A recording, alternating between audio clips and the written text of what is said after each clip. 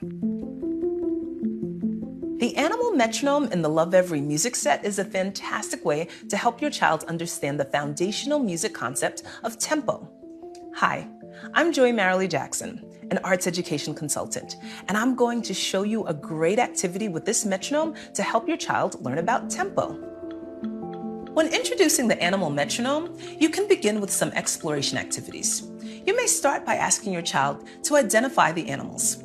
Ask them to describe whether they think the animal moves fast or slow. Turn on the metronome to a slow tempo, like the snail or koala. Encourage your child to move slowly like that animal, or simply pat that tempo together on your laps.